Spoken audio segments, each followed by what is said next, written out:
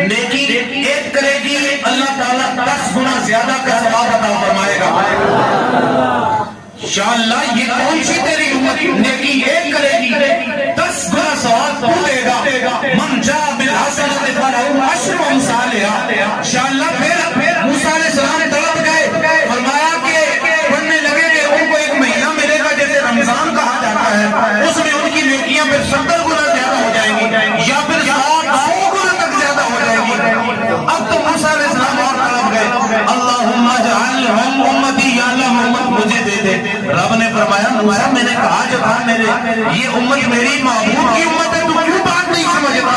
موسیٰ علیہ السلام طلب گئے، پھر تورات کی تختیاں پڑھتے جا رہے، پھر اس امت محمدیہ کا تذکرہ پڑھتے ہوئے کہنے لگے انشاءاللہ یہ کیا کون سی امت ہے جس کے بارے میں آیا کہ وہ امت اللہ کی بارگاہ میں آئے گی پہاڑ جتنے ان کے گناہ ہوں گے، پہاڑ جتنے ان کے گناہ ہوں گے، لیکن دوسری طرف ایک پرچی ایمان کی کلمے کی آئے گی اور ان کے سارے گناہوں کے اوپر وہ ایک پرچی باری ہو جائے گی۔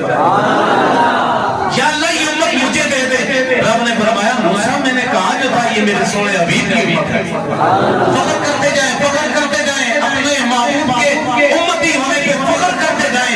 جب موسیٰ علیہ السلام نے یہ پڑھا نا کہ سابقہ امتوں کے بارے میں تھا ان کے جسم پہ نجاست لگتی، ان کے کپڑوں پہ نجاست لگتی، اس نجاست کو صاف کرنے کا طریقہ کار یہ تھا کہ اس کپڑے کو کاٹ دیا جاتا یا اس کپڑے کو جلا دیا جاتا تب وہ کپڑا پاک ہوتا۔ لیکن موسیٰ علیہ السلام پڑھتے ہیں کہ اس امت کے لیے یہ آسانی ہوگی کہ کپڑے پہ کوئی ناپاکی لگے گی، کپڑے کو ایک دفعہ دھوئیں گے نچوڑیں گے، دوسری دفعہ دھوئیں گے، تیسری دفعہ دھوئیں گے نچوڑیں گے، وہ کپڑا پاک ہو جائے گا، صاف ہو جائے گا۔